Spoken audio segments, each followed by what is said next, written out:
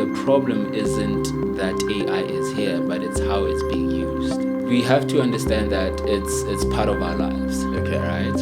And it's either we use it to make things easier at some point, or we get left behind by the world, right? So I am for AI, but it's in a sense of don't misuse it, because AI creates dependency, and it then causes you to be lazy at thinking, to be lazy at pushing, to get information, to like understand it fully. When does AI come into your workflow? When it gets difficult. Thereby, varsity, it's a well-known thing. Yeah. That we're using AI. You could be asking somebody, "Hey, did you do that assignment?" I gave it to Chat. You know, that's Okay. you know. Universities used to reward one thing above all else: your ability to find answers. But now things are changing. Answers are everywhere, in your pocket, in your laptop, one prompt away. A student can generate an entire assignment on their phone. They can come up with coding solutions, draw up a business plan, and sometimes even come up with an entire study guide, all before their lecture is done uploading their slides on their platform. So then the question becomes, what are universities supposed to exactly assess now when it comes to student? Are we looking at effort? Are we looking at your ability to analyze and understand what you're doing? Or are we looking at, are you able to intelligently use the AI tools that are at your disposal? That's the conversation that we are having today. Hello, hi, Sanbona Ikama, Prince of Mashinini, and I'm on a mission to figure out how AI is changing our everyday lives and how it can work for you and me. Welcome to Everyday AI.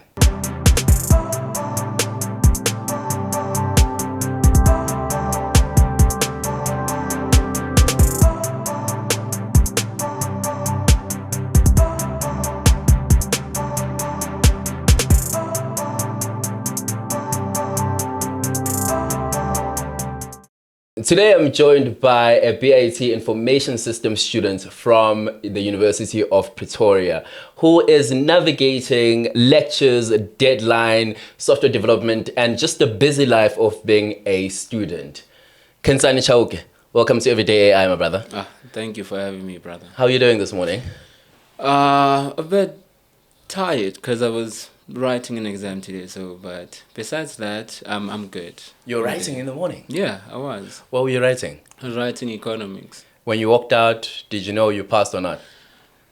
In between. It can't be. I think everybody can tell. I know I didn't fail, but I think, I just don't know how I passed. All right. Yeah. I think what's fascinating for me as we're about to have this conversation around AI in the classroom, especially at university level, I'm thinking it's you and your generation are the first generation who are tasked to actually go study for jobs, yet the job market is actually changing in real time as you are studying, and you have to adapt to that. As opposed to us, previous generation, we were studying technology and you are studying alongside it. Yeah. So I'm really interested to find out how that is shaping how you are studying and also how you're looking into the future.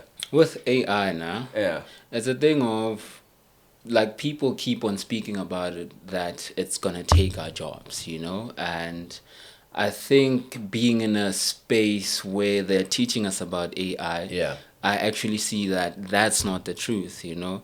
AI is there to kind of like make things easier, but not necessarily take one's job. Okay. Yeah. So don't go too deep just yet. Yeah. Okay, I want us to reverse a little okay. bit and let people know who Khensani Chauke is, and also how did you make the choice that, hey, I actually want to study BIT Information Systems. Well, Khensani Chauke, well known as Ken Dog, you know, Chauke, all the names. Oh, I'm hearing this screw. Ken Dog.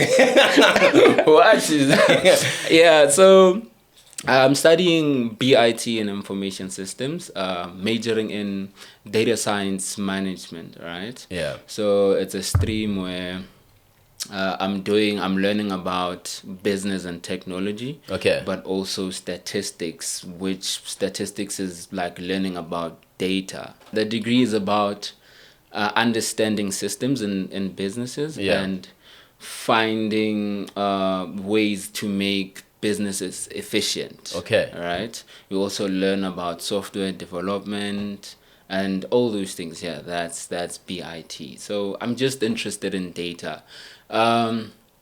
The way I found my way into this degree is because of stats. Okay. Right? More than anything. I think I was just like interested in stats, and I wanted to do stats for some reason because I was just like, I want to learn how data works. Yeah. Right? And when I did my research, I found out that at UP they do offer statistics, but I didn't, like data science. Yeah. But I didn't qualify for it. But there was a stream which is BIT Information Systems that majored in statistics that I could do it through that stream. But as I did more research about it, that's when I found out that actually, information systems is kind of like interesting. Yeah. Right? In a sense that using business and technology instead of just being hardcore practical, which is technology one way, or hardcore business, which is like the commerce side and stuff, and like the finance that. side. So the balance made me interested in it. So I was like, rather let me just see what's there, you know. It sounds really fascinating, especially how you're putting it, that it's the combination of the two. Because usually those worlds are world apart. Someone will say, hey, I'm either in technology or I'm in finance, but combining it is actually quite smart for UP too, hey? To create such a program is fantastic. But I'm curious, before you started, right, and maybe when you're doing your first year this year, right? When you started, what were you looking at? Like, if someone is studying PIT software systems, in 4 years' time when you graduate, what job are you doing, ideally? So if I'm sitting at home, I can understand more easier what your future entails or looks like. With how the degree is structured, you can be a number of things, right? But mainly you can be a data analyst, a business analyst, an information analyst. You can also be like a software developer. But I think with that, depending on how then you put in the effort in terms of like, because the modules are so stretched apart, right? In a sense that if you want to be more of something other than the analyst, information analyst, business and data analyst, you would then have to put more effort in the other skills, in learning other skills, because they kind of like give you the foundations of most of the things outside that streamline. And if you want to do other things, that's when you would have to put in the effort. But mainly it's just being an analyst. Oof. I hear analyst and I'm just saying ka-ching, ka-ching, ka-ching. I mean, you know what? True. There is ka-ching there. All right. And one of the things I think you started with is that your degree helps you understand how to actually use AI, right, in school. That's what you are learning now on the ground. From the students that you're interacting with your friends, what's a chat around campus when it comes to AI? Are you excited? Is everybody discussing it, especially because of the field that you are in and the program that you are in? Are you guys having conversations that, this is the world and the life that we want to live in this fourth generation? I think with AI now, we have to understand that it's part of our lives, right? And it's either we use it to make things easier at some point, or we get left behind by the world, right? So the chat around us as students is that we do use AI. We are being taught how to use AI, right? But the problem is the misuse of AI by other students, right? Because let's say, for an example, you've been given like an assignment that, let's say, code this 1, 2, 3 or particular thing. And the way in which you use AI, it's either you're going to misuse it or you're going to use it in a way that's like efficient, I guess, right?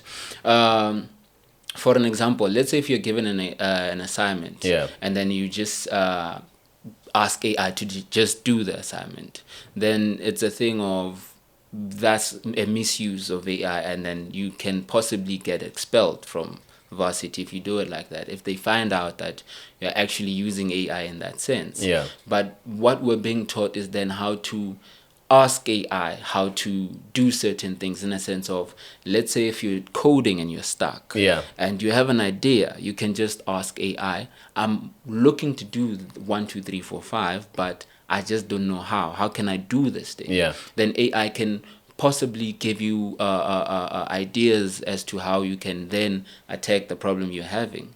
But if you're using it to just give you the answer, that's the problem. So yeah. Okay. And it's encouraging to learn because there are systems in place at university level to actually see, which, hey, you are not using this the way we've taught you to use it. But correct me if I'm wrong, you're saying that there are, modules, or is that a program that they give you that has prompts? Because if you're telling AI, hey, I've got this idea, but I don't know how to actually get to the finality of it. Help me get to that. Is that what you're saying? Yeah. So within my degree, we have like 2 modules, right? Since I'm doing first year, there's this module called AIM, right? Yeah. Which is Academic Information Management. There they teach us like how to use. I think it's a general module for all the first years, Yeah. teaching them how to use Word, PowerPoint, Excel, all those things, and also how to use AI. Okay. So in this module, they teach you how to use AI, the types of AIs available, how to use it, how to prompt it, how to also reference AI. Like Okay. if you used AI, you can like put it in the reference and say, I'm referencing ChatGPT 2020, this and Yeah. that. That's the first module. The other module that I have is called critical thinking, right? Okay. So critical thinking is a module where it teaches students to critically think and analyze situations and do problem solving, right? And it incorporates like AI in a sense of how do we then use the AI to kind of like find or make things easier, in a sense of, let's say if you're having a problem and Yeah. you just want to troubleshoot, you can have like a brainstorming session with AI, in a sense of you just asking it questions and prompting it directly to give you like answers in that sense. So Yeah. there are places where now they're teaching us to use AI rather than just letting us misuse it, and yeah. Okay. Yeah. It sounds like you as a group of first year student are on a different league compared to the rest of us. Because I mean, you are going to school to learn how to prompt, and we're sitting at home and we're like, write me this email, and you know exactly how to use it effectively. But for someone who's exposed to this kind of technology that's taking over the world right now, if we had to like peel it back a little bit and look at your everyday life as a young student, which apps would you say you've now outsourced some of your life to make your life easier for you? Chat, Yeah. Chat man is well known, like ChatGPT is like the app that I use mostly. Another app that I just recently found out about is Gemini. Okay. It's I think it's provided by Google, so it's not bad also. But I'm still like a diehard fan for ChatGPT. There's also Claude. I heard of Claude. Yeah. So yeah, those are the platforms that I know. There are other platforms for coding and stuff. I think it's so fascinating how we have all these different AIs for different things. Yeah. There isn't one AI for one thing. It's a thing of Claude is for like theory, research, all those things, and I guess Gemini is kind of like Design also? yeah, design or Yeah. Google on steroids, I guess. Yeah. Something like that, And ChatGPT is just like everything, Just like, yeah. So there's so many. Yeah. And it's good to know the differences so you can use them effectively. Yeah, true. Especially as a student, like you're explaining.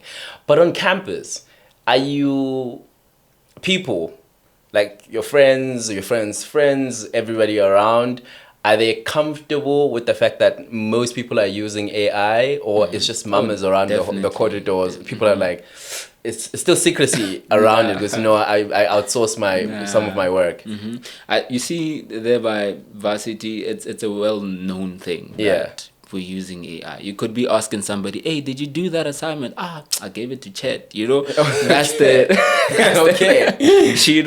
It's not a secret like AI. It's used. Some use it like wisely, some use it in their own ways, but it's a thing of it's no longer a secret and it's no longer a thing, I guess, to be ashamed of.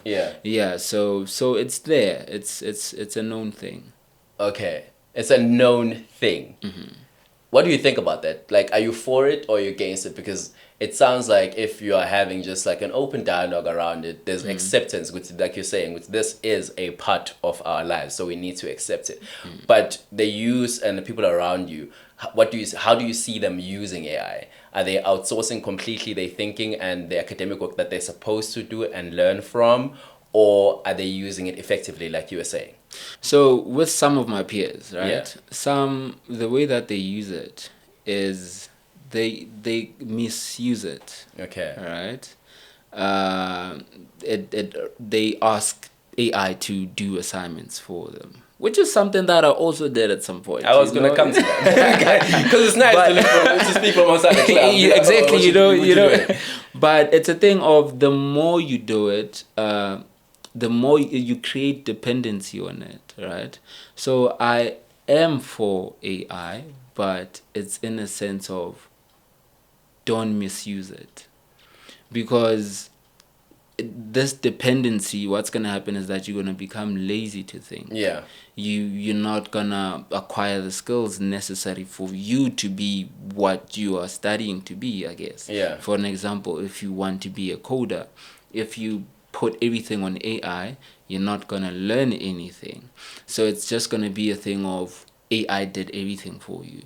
And once you're in spaces where you're required to show people that you know that the knowledge that you've acquired, that's where you're going to see the gap, right? I think another thing is that with AI, it's whether we like it or not, it's there, right? It's everywhere. On your phone, banking systems, it's just everywhere. I think the problem isn't that AI is here, but it's how it's being used. So I think that's the problem in varsity spaces, that the AI, some people misuse it. And it's evident in exam rooms, because there you can't ask Chat to say, "Hey, can you answer Walk this me exam?" through this. Can you can't do that. And that's where they see the gap. You've been getting 80s, 90s, and 100s, but here you're getting 20s. What's happening? Right? Once they track back, they start to see actually there's been like a misuse. Yes, exactly. So, which then speaks to our next point that I wanted to raise. That for me, I believe that universities are probably, in terms of like AI use at universities, people in management are probably looking at where does assistance, because most of us say, hey, we use AI for assistance and guideline end, and where does the cheating begin as a university student, right? So that's, if I'm management, that's what I'm thinking about. Because if these kids or if these students have access to all these apps that you were mentioning, when do I know which they're using it right, like you were saying, effectively to guide them? Or when are they actually straight out cheating for their assignment? Because also, if you walk into an exam room and let's say your semester mark is really good, you don't have to do a lot in that exam room because you've technically passed, right? So then there will be an element of cheating that's going on, which then begs a question for me, which at this moment, with your coursework that you have, right now, how much of it do you think AI can do? The AI can do quite a lot, right? In terms of, with data analysis, it can analyze data, right? But it's a thing of, it has its moments where it's lacking, right? And remember that with data alone, it's not just data alone. Like if let's say you're in a space, a business space, where they're using data to make decisions and stuff like that, you can't put those decisions on AI, Yeah. right? You can't say AI help me analyze certain data to then make a decision, because then you would be placing the company or the organization onto AI's decision. Yeah. So that's where I'd say I come in a sense of having to view the situation from to critically think about it, right? Yeah. In a sense of not viewing it from just a technical point of view, but understanding all the requirements in a certain problem that I'm analyzing, right? Yeah. So with AI, it can do like day-to-day things like write me this, write me that, do this, but it also lacks the human emotion, I guess, Yeah. right? To kind of like make it sound like actually a human being wrote this, you know? I get So you. I feel like even what I learn about AI is that you can give it the same prompt. You can say, write me a speech about, let's say, water, Yeah. right? It'll write you a speech about water, and then you can give it the same prompt and say, write me a speech about water. It'll give you a different prompt, right, about it. So what AI does is that it randomizes answers. Right, that's why we can both ask it the same thing, but it'll give us different answers. So that's how AI works. It randomizes, it finds like similarities within what you ask and say, okay, fine, I have learned about this, I've learned about that, maybe I should mix that, and then here's a sentence. Yeah. All right. So I think that's where it lacks. That yes, it can do most of the things in terms of writing a CV, in terms of doing that and that and that, but it can't do some of the things that require a human being to kind of like assess. Let's say even if I'm operating with a customer, it can't do in that. Real time. Yeah, in real time. You know. So, but now, if let's say you are coding or you're doing an entire assignment, a difficult assignment, and you are going through maybe your coursework and everything, when does AI come into your workflow when you are in that period? When it gets difficult. Now, let's say now it's really back, as the kids are saying, it's gone back. Yeah, I think so. The way that I use AI, right, is that I only use it when I need to. Okay. Right? I don't, if I'm given a problem, like a coding problem, I will first consult the lecture notes that were given to me and the practical notes and stuff to try and understand, okay, fine, this code is supposed to run like this and that and that and that and that.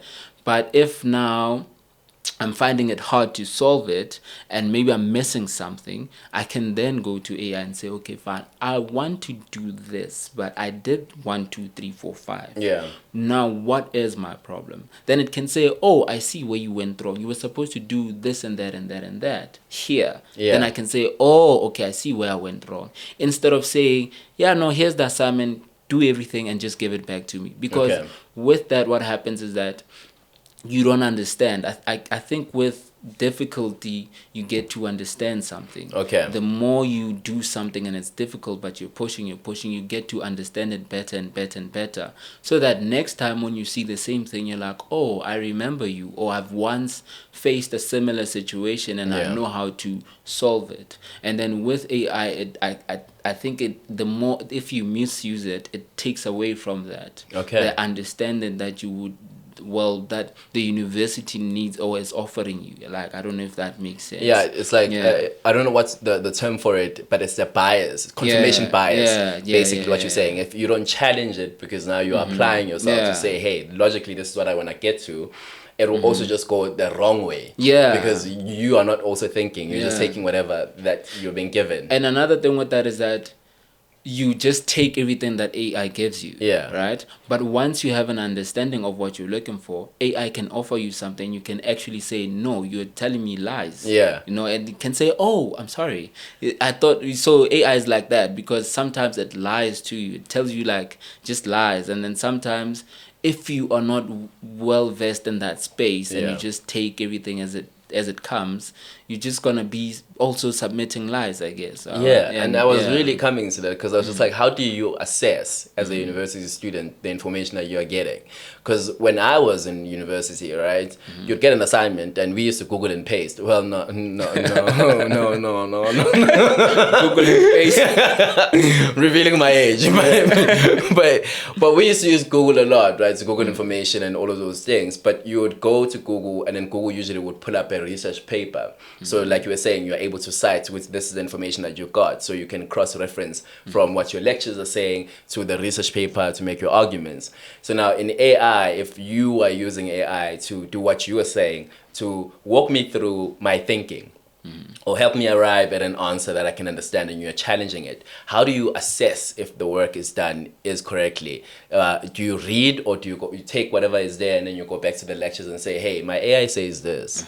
How do you cross-reference your work to prove that what you're doing is correct? First, I think you need to learn something. Like, I'll use economics, right? Since I wrote about economics, So you would have to study economics, study it, and then the parts that you don't understand, they are explained, but you just don't understand it, right? Then you say, hey, Chat, can you please explain this part for me, right? And then the minute it starts deviating from what you want, you can just pull it back because of the information that you already have from studying. You're not coming there. Yes. Yeah. So it's a thing of, even let's say with coding, you learn code, it tells you that coding is this and that and that, this is how you code, this is what you do. So the minute you have a grasp of that, and the minute it starts offering you things outside the scope also, you can say, because Chat tends to, let's say if you ask it to code something, it can give you like a simple code in a complex way. Okay. All right? In a way that you are not even taught those certain things, right? And then now if you don't know the content that you're being taught, what's gonna happen is that you're gonna copy and paste everything, and the lecturer is gonna say, I didn't teach you this line of code, So I think with knowing the information first, like it helps to then analyze the information that you're getting. I think that's where critical thinking, the module, comes in, because it helps you analyze and critically evaluate the information that you get from AI. And this is why probably universities are having concerns, because there's been reports saying universities are concerned that there's a lot of graduates who are incapable that are being rolled out with the Gen Z. That's you guys. It's not us. Is that justifiable for you when you hear that? It is, because let's say I'm an institution. I wouldn't want my graduates to be known as those that don't know anything. Right? Because as I said, AI creates dependency, and it then causes you to be lazy at thinking, to be lazy at pushing to get information, to like understand it fully. So then what happens is that in you doing that, the minute then you graduate, it's either you'll graduate or you will fail, right? Because even with exams, you ask the question in which, how does the university then know that, or put measures as to show that actually we're not cheating or what? I think they made it in a sense that it's semester mark is 50% and exam is 50%. Right? So you can do well in the semester mark, but you need to do well also in the exam to actually pass, right? So it's a thing of just, they want to make sure that the students, they know the content, right? They know what they're being taught, so that once they graduate and they start being in the market, they actually represent the varsity very well. So I think it is justifiable, because that's what AI does. It creates the gap. It makes people lack their understanding and do really bad in their work. And we can't have qualified, but imagine a doctor. I mean, who passed using AI? Would you let them I have a problem. I once asked a doctor, how many % did you get? Because I don't want to have 50%. Like, you can't just barely pass and then you're operating. You need to be good. I need you to be really excellent. I need you to be really excellent. But what's the education integrity right now? What does integrity in education look like right now? Is it what you're saying, like learning how to operate within the parameters that are set by the university when it comes to using AI tools to say, hey, I use them effectively, I don't go above and beyond what I'm supposed to? Is that what education integrity looks like now? Yes, I think so. They're putting measures into making sure that students are not dependent on AI. Yeah. Right. They've put measures like there was a thing back then called Turnitin. Now they have another system for checking AI. Right. Yeah. So they are constantly putting measures and trying to adapt with how the world is moving, so that it doesn't get to a point whereby there isn't like how to put it, where students are using AI more than they should. Yeah. Right. Because what that creates is a thing of, Well, it creates people who don't know what they're doing. exactly, you know, 'Cause you're not so thinking. yeah, because you're not thinking. Yeah. So they're constantly trying to find ways to make sure that students are still within the bounds of what education is supposed to be like. So there's still integrity in education. Yes, there is still So you'd integrity, still yeah. say you advocate for someone to go get a degree. Yes. Oh, definitely. Yes. All right. Yes. Have you encountered any students who are like against using AI? They're like, nope, I'm not doing that. Yeah, I have. What are your thoughts on that? Like, what do you think of those students who are like, no? Everybody has their own opinions Yeah. around AI. Probably they have personal reasons as to why they don't like AI.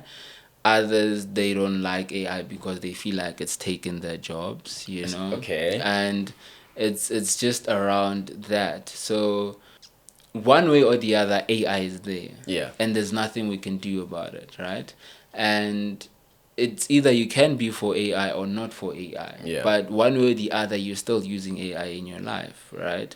It's just a thing of trying to then educate yourself of the AIs that are there, and possibly then seeing how you can use it to kind of like make your life efficient in some way.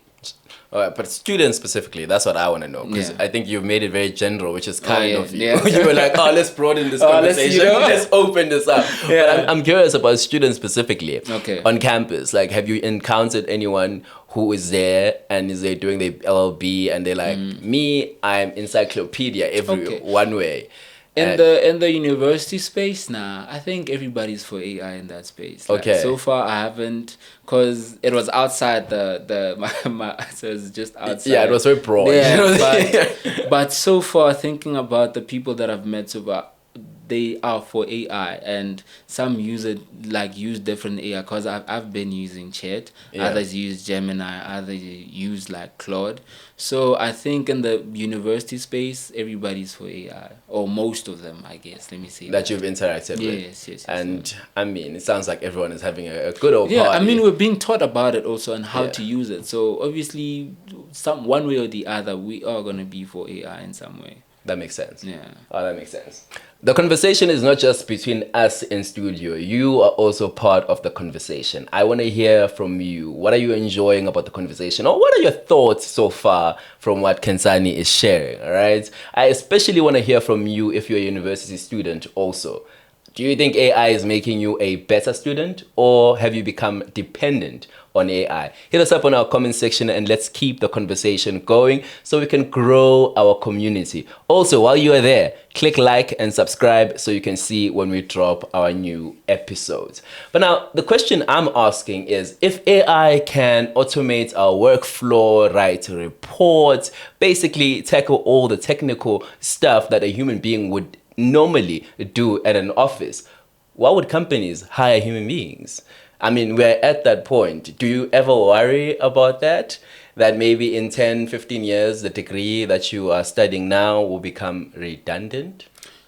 Not really. No, I'm not worried about that. I think with me now, so the thing that I'm studying is to be an analyst. Yeah. Right?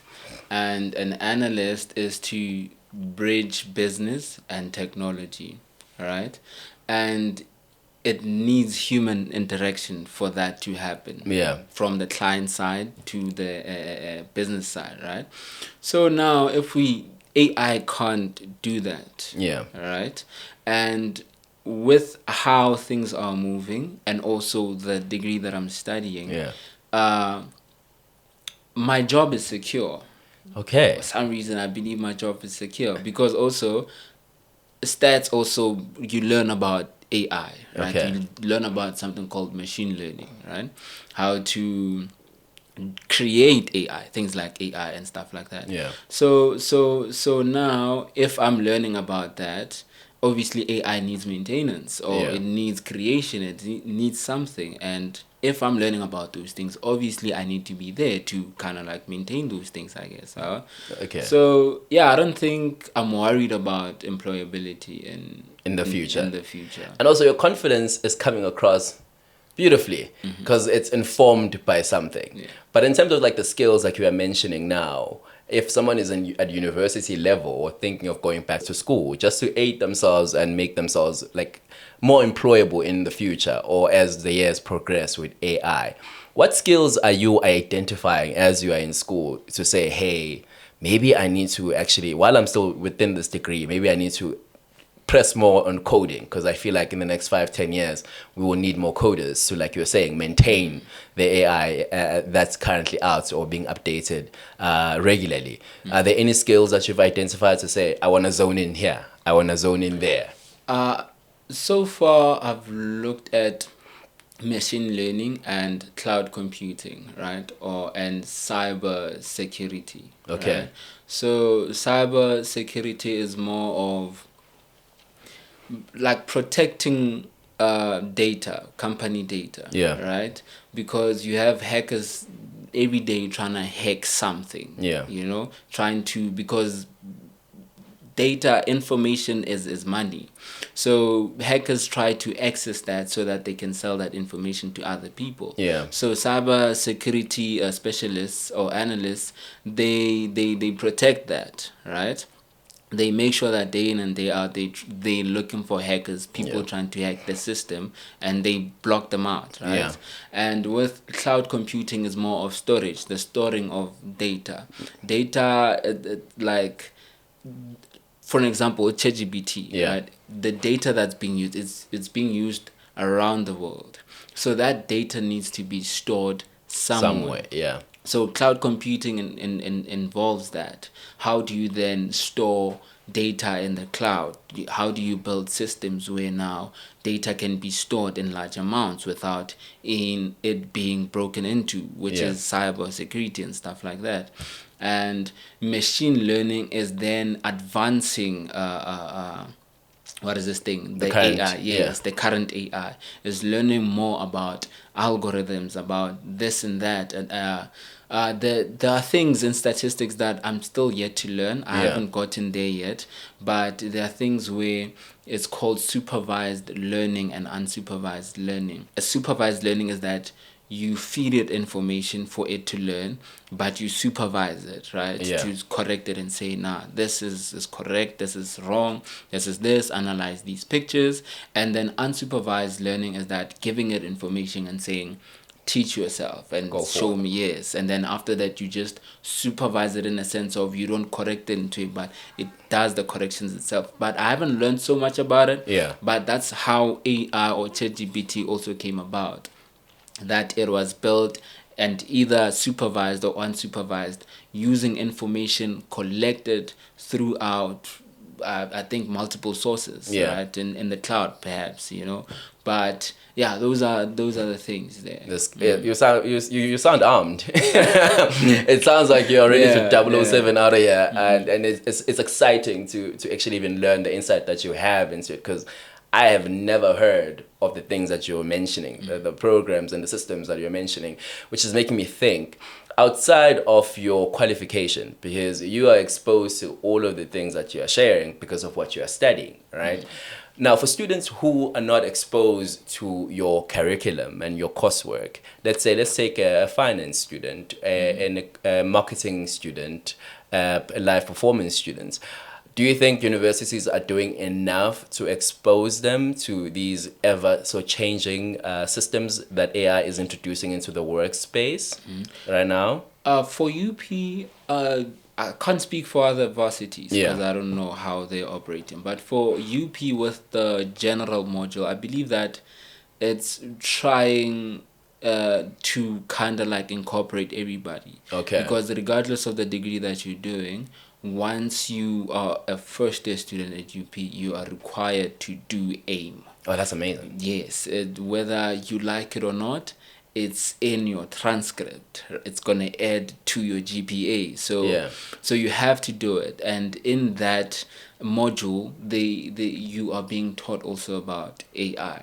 Okay. Right? So I believe the UP is putting an effort to make sure that everybody is covered. Yeah. In that sense. In that sense, yes. Oh, that's really exciting, and that's really encouraging to learn. Good to see. Hey, across the board. Across, yes. So when you are actually stepping into the workforce, because the workforce, whether we like it or not, the workplace is changing to become an AI functional space. You need to know when you come in with, hey, there's Claude, and you use Claude for research papers. There's ChatGPT, you use that if you're a junior or you don't want to break up with your app, like you don't.